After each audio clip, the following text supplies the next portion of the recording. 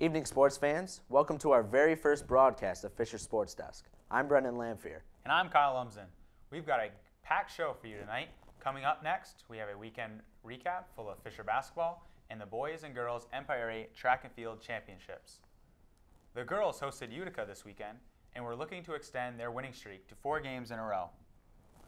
Last time they played Utica, they lost in overtime, so let's see how the ladies played coming back to their home court.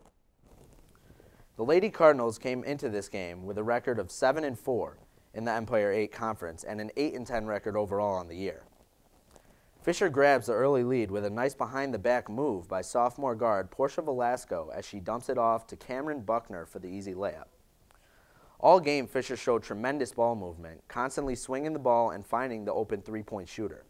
Here's Claire Walsh, who knocks down a deep three-pointer to put the Cardinals up 7. Utica didn't give up so easy, and it took a while for Fisher to start pulling away. Megan Fiore's constant hustle gave her the and one off the offensive rebound. She would end up making her free throw, which kept Utica within 2. Fisher would strike right back on the next possession with a beautiful pick-and-roll play between Sarah O'Keefe and Avery Light, showing their superior passing ability and having 7 more assists than Utica that game. Late in the first half, Portia Velasco goes up and gets swatted by Fiore, but hustles after the loose ball and nails a corner jumper to give Fisher the lead by 5. Second half play begins, and less than 2 minutes in, Velasco drives to the bucket and dishes it out to sharpshooter Brooke Seavitt, who nails down the big three-point shot. Soon after that, Buckner gets the defensive rebound off a missed shot by Fiore, who dishes it to Velasco, who makes a great in-and-out move on Utica's Mary Maselli for the easy transition layup. The Cardinals ended up pulling away and won 60-44. This brought them to 9-10 on the season and 8-4 in Empire 8 league play. Our star for the game ended up being Cameron Buckner, who ended up with a double-double of 22 points, 10 rebounds, and added 4 blocks as well. On Saturday afternoon, the St. John Fisher Lady Cardinals hosted Houghton College in an Empire 8 matchup. In this game, both sides sported purple sweatbands that represent Relay for Life College Against Cancer. Fisher got off to a hot start early into the first half with a three-pointer by Sydney Bloomstein off a drive and kick by Mary Kate Cusack. Bloomstein would return the favor, finding Cusack for an open three-pointer for 3 of her game-high 13 points. This gave Fisher a 37-17 advantage after the halftime break. It's also nice to give some recognition to future collegiate basketball players, as during the halftime show, the CYO Panthers played a scrimmage against themselves. Back to the action, Houghton's Nacia Guerrero finds Caitlin Hammersley off a pick and roll for the left-handed finish to cut into the Cardinals' 20-point lead. Cardinals point guard Portia Velasco buries a floater in the lane over 2 Highlander defenders to extend the Fisher lead. Casey Pope would seal off the victory with a baseline jumper off an assist by Sarah O'Keefe, giving the Cardinals the 64-41 victory. Men's basketball team took on Houghton College Saturday afternoon, overcoming a 17-point deficit just the night before they beat Utica College. Saturday was the first time Fisher faced the Highlanders, and they came prepared to play. Early in the first half, the Cardinals did a good job moving the ball. Chaz Lott comes off the screen from Jason Norson for a nice up and under. He'll get the call and the basket. Then it's Justin Plata taking it to the hole. Norson grabs the rebound and the putback. Cardinals off to a great start.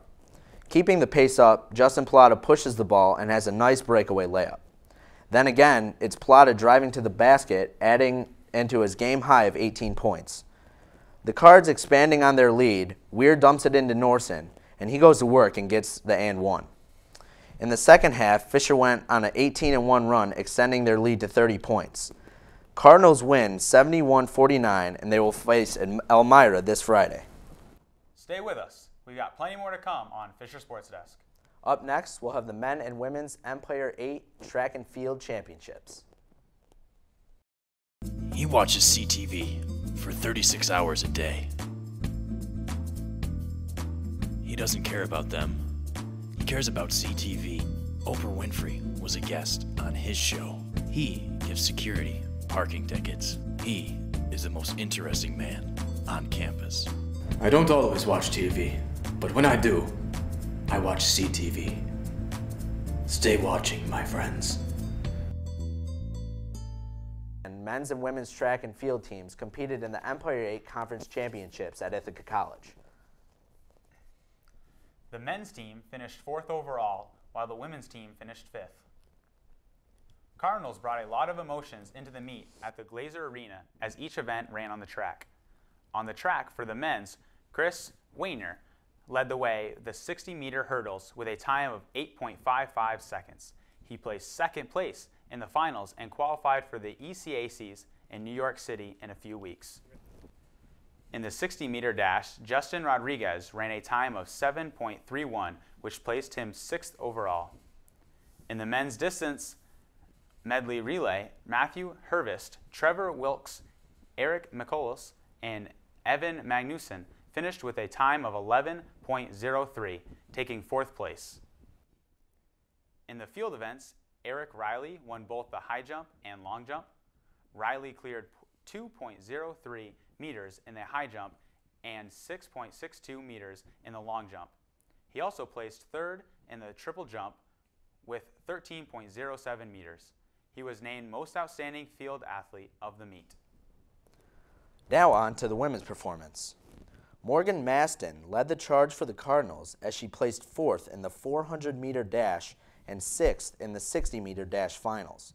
Maston also led the Cardinals in the 200-meter dash with a time of 27.67 seconds. In the women's 4x400-meter relay, Olivia Emmerling, Morgan Maston, Lisa Knabb, and Lindsay Jones finished 3rd place overall with a time of 4.17 seconds. In the field events, Lisa Knabb stole the show as she cleared 1.63 meters in the high jump, which put her 2nd overall in the meet. Knabb has qualified for the ECACs in a few weeks. After the meet, our own Bill Bonneau was able to catch up with Chris Weiner and Nick Antonio on the men's side, and Morgan Maston, Shannon Davis, and Joanna Vasiliou on the women's side. How did it feel to qualify for ECACs in the hurdles today? It was a great race. Felt great. Leg felt good. Good start. Across the finish line. Great race. I don't know. I'm excited to tag. I've been working on it all season. Just hope to improve every week, but free trip to New York City now. What were your thoughts on how the team did today in your 2nd overall Empire 8 Championships? I think the team did great this year. Last year, I wouldn't say it was a disappointment, but it was our first year. So based upon last year's scores, we've improved just dramatically. Everyone's showed up today to run. And what can you attribute that success to in your team's 2nd year? A couple things. First of all, everyone's coming to practice and working hard. Last year was kind of, everything was in disarray because of the fact that our coach got let go early in the season and we didn't have a lot of people, and scheduled practices didn't always run as they were intended to be, but we got things together in every facet. How did it feel to place in both the 400 and 60-meter dash today? It felt really good to place in the events I ran. It just goes to show that the workouts we've been doing, the hard work we've been putting in really pays off. What was the most entertaining performance for you that you had the opportunity to watch today? A lot of the distance events were really great races. You could really see the athletes pushing. My favorite was probably watching Evan Magnuson in the mile after he had already ran the mile in the DMR. You could really see how hard he was pushing in the last lap with two other athletes around him. That was really nice to watch. How did it feel to qualify for ECACs today? Well, it felt pretty awesome. I've been trying to for like the past 3 weeks, and it was almost a reality last week, and now I actually thought I could do it, so it's pretty cool. What was your favorite moment to be a part of today or watch while you were on the sidelines? Well, Kyle Kohler's a freshman, and he just blasted a throw out, and it was like almost 50 feet, if not 50. I don't know what the actual mark was, but he did really awesome today. Freshman Kyle Kohler won the shot put with a distance of 13.95 meters in finals. In the preliminaries, he set a new Fisher record with a distance of 14.09 meters. Nick Antonio finished 10th in the 60-meter dash with 7.45 seconds. Rob Battaglia finished 11th in the 800-meter dash with a time of 2 minutes and 4 seconds. Kyle Berry finished 4th with a distance of 13.21 meters in the men's weight throw. And now for the women's scoreboard. Johanna Vasiliou placed 2nd with a distance of 14.3 meters in the women's weight throw. In the women's distance medley relay, Caitlin Shippey Lindsey Jones, Shannon Davis, Sarah Kuhn finished in 5th place. Nicoletta Lucata placed 5th in the long jump with a distance of 5.01 meters. Danielle Redmond pole vaulted 2.85 meters for a 6th place finish. Renee DeRushia finished 8th in the 5,000 meter. In the women's weight throw, Taylor Youngkrans placed 7th with a distance of 12.06 meters. Up next, we're going to talk bicycling, Manti Te'o, and a Super Bowl controversy. We'll be right back. What gets you moving? Because when you get moving an hour a day, you'll have more energy to do the things you like to do. And that's a slam dunk. Whether you like to shoot hoops, nice shot, or ride your bike, kick the soccer ball around, pop an ollie on your board, play frisbee in the park, or just have fun with your friends. Moving every day puts you on the offense. Towards a stronger you. And that makes you part of a winning team. So be a player. Be a player. Because getting active for at least an hour a day fuels your body and your mind. And that helps you keep your eye on the ball. Be a player. Move it your way and be a player. Get up, play, and move it your way. Check out how to be a player at letsmove.gov. Head online to get tips on great ways to get moving every day. That's www.letsmove.gov. Welcome back here at Fisher Sports Desk, where we now move on to our Fisher Sports Desk Roundtable, where we simply just talk about sports, and we each week bring in a special guest. And this week we have Robin Lalise, who does the play-by-play for St. John Fisher football. Good to be here, Brendan. Glad to have you. Thank you. For our first topic this evening for our roundtable discussion, we'll be talking about the iconic bicycle list, Lance Armstrong. And as you guys know, he's been in, he's admitted live on Oprah to using PhDs or doping while on his 7 Tour de France titles. What are your guys' thoughts on this allegation or this scandal? Well, I mean, the fact that he cheated isn't really the worst thing about it, because apparently a lot of the cycling community did cheat. The problem was with the fact that he sued a lot of people who were saying that he did it, won a lot of money, and now he's backtracking saying, hey, you know, I basically sued you guys for all this money even though I knew I was doing these things. I think it hurts the image of him, Livestrong, and cycling in itself, because let's face it, Lance Armstrong was the hero, you know, the man everyone looked up to for cycling, Tour de France, everything. You know, he's won 7 Tour de France titles, and I just feel like it just ruins his image, the fact that he was caught with doping. You know, it's kind of like Barry Bonds with baseball. Even though he's hit so many home runs, it still tarnishes his image because of what he has done and how he has accomplished it. Yeah, I completely agree with both of you. I also kind of looked at it as, kind of compared it to Tiger Woods with that scandal as well. However, Tiger Woods was able to, once he lost a lot of endorsements, he was able to get his image back by continuing to play. Unlike Lance, he doesn't, you know, he doesn't compete anymore. Lifetime ban. Right, exactly. So I think that, you know, a lot of those kids growing up watching him, they kind of, you know, I grew up watching the only reason why I watched the Tour de France when I was younger was to watch Lance win. Exactly. And now, you know, looking back on it and seeing that he cheated, it was kind of like, well, now I looked up to someone who had to get an advantage, rather than just working hard and winning it for himself, rather than, you know, having to cheat. So, moving on into another scandal in the sports world today, with the Manti Te'o. What are your guys' Robin? What are your thoughts on that whole scandal and you know, and how that went about? Well, now that Dr. Phil has revealed today on the Today Show that, in fact, Renaya was behind the hoax, according to Renaya himself. You know, that basically this is just, for the most part, a story of someone getting duped, but it's also a story that not only affects Manti Te'o's reputation going forward, but the reputation of sports journalism, because so many people believed in the story, and though there were some facts, like she was never a student at Stanford and sports journalists knew this and still went out with this story, maybe in the future and make sure that sports journalists don't naturally assume things like this and then keep printing it, because it was just like Lance Armstrong said in the interview, one big lie repeated over and over and over again. Honestly, Manti Te'o did not play that well in the national championship, as we all know. He missed way too many tackles, and that wasn't the only thing that dropped his draft stock. According to Mel Kiper, he was in the top 10. Now they have him rated as 12, mainly because of A, that bad game, and B, because of this hoax. And it really hurts his reputation because, if he's lying about girlfriends and all that other stuff, what's he lying about when it comes to football, which is his job, what he's making money on, what his career is all about.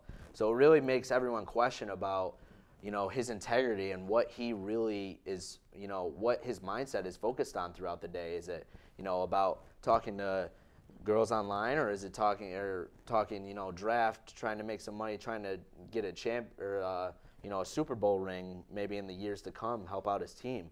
But it hurts his draft stock that, unfortunately this had to happen to him. But that's, it's just going to hurt his stock. But if he can prove himself right, then maybe he can turn it around with some solid production next year in the NFL. Yeah, I would completely agree with both of you. I think it's more, when I look at it as this type of story, I know a lot of you have probably seen that show Catfish, where it shows like a hoax of people getting duped by fake. Yeah, exactly. By fake profiles, and I just think that from what I heard from interviews with his teammates and whatnot, that Manti Te'o was a type of person that just kept to himself. He was the type of person that, when his buddies went out in the city and explored, he would stay back in his dorm room and hang out by himself. He grew up he's part of Wine. He grew up in a community where you kind of just keep to yourself. You're not very outspoken with yourself, and that's where I think that it could have easily, he could easily be confused and whatnot in that situation, and you just feel bad for a guy who he spent up to 8 hours with this person. He devoted, he full out put his whole heart into this person, and then all of a sudden it just backstabbed into it being one big hoax, and as you said, it definitely affected his play on the field. Moving on into another linebacker in the news today. Everyone knows him. It's the linebacker for the Baltimore Ravens, Mr. Ray Lewis.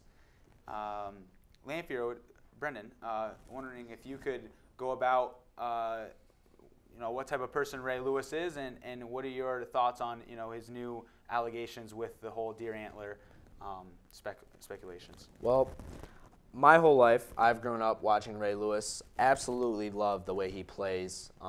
Just total aggressiveness. Never see him take a play off. He's known for that. When you think of the Ravens now and far after the Ravens, in 10 or 20 years, you're going to think of Ray Lewis as that guy for the Ravens. So I personally, although he has had scandals in the past, and he is getting accused for this deer antler stuff, I back Ray Lewis. I'm 100% behind him. If he says that the deer antler thing is just for attention and people are falsely accusing him, try to maybe get in his head for the Super Bowl, if he really believes in that, then let him test him for it. Now, do you think if, let's say, you're kind of like, if Ray Lewis loses in the AFC Championship game, does this speculation come out? Do you think?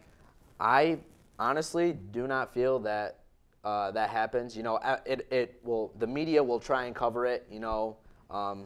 Most media these days, they're looking for the big story, and that could be it. Ray Lewis cheats in one of his final season, his last game. But I personally, think he's innocent, and I think that he'll actually play fairly well in the Super Bowl. He'll lead his team to a potential victory. What do you think, Robin?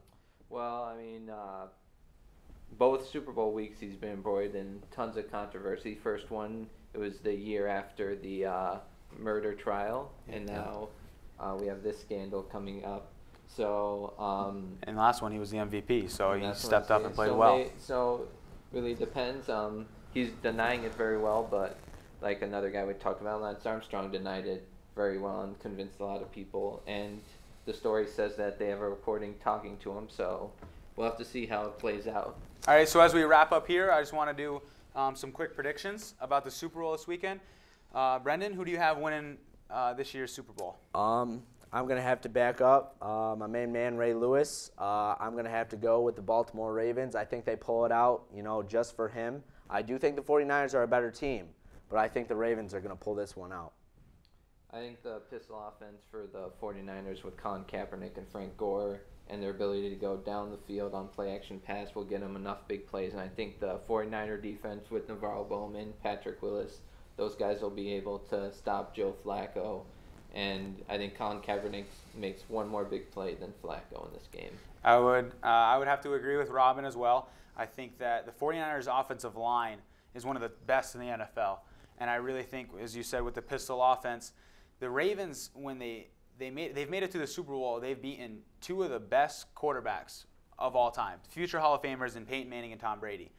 But those guys are more sit in the pocket, pass first quarterbacks. And so I think that Colin Kaepernick will give them enough trouble with his legs as well as his strong throwing arm.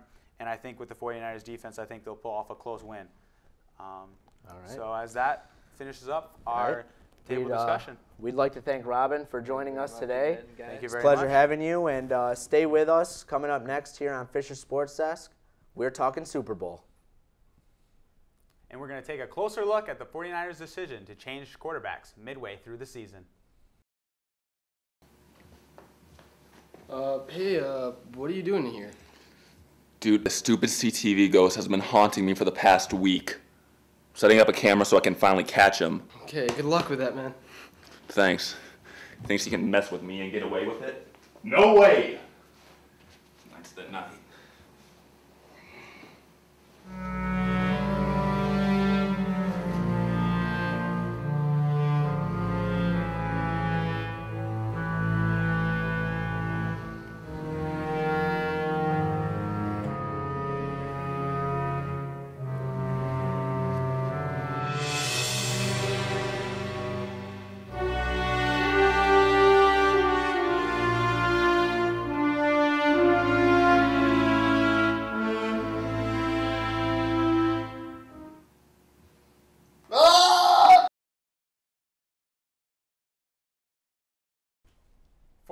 Head coach Jim Harbaugh made a risky move halfway through the season, switching from veteran quarterback Alex Smith to Colin Kaepernick. So far, that risky move has paid off, but will it be enough for them to win a Super Bowl?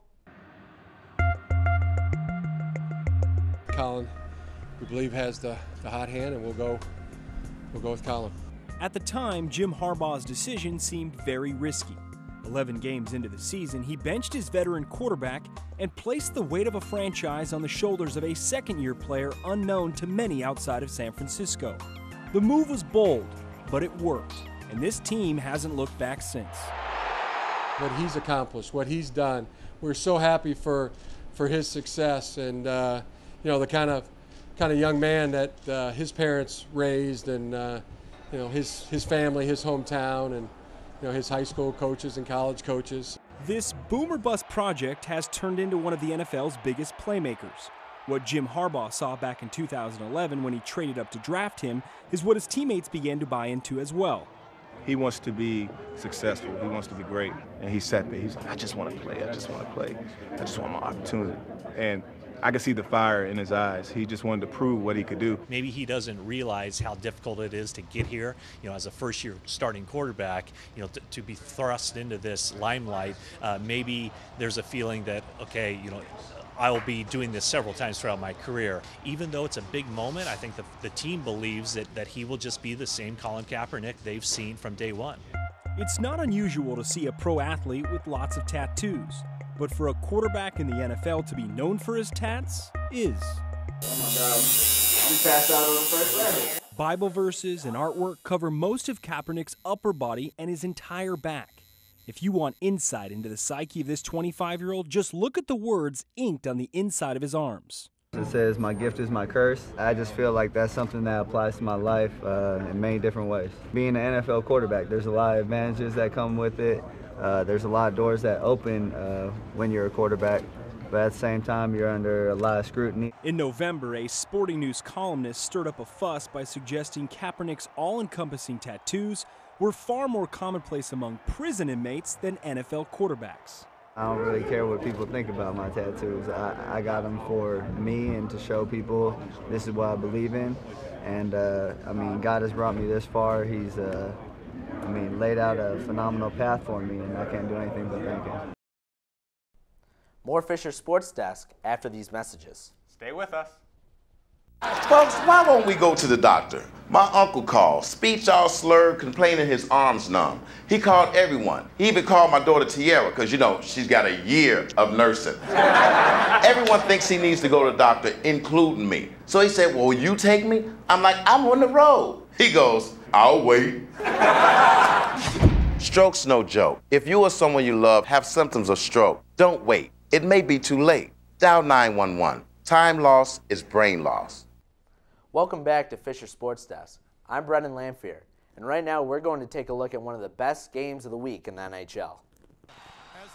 The Los Angeles Kings taking on the Vancouver Canucks.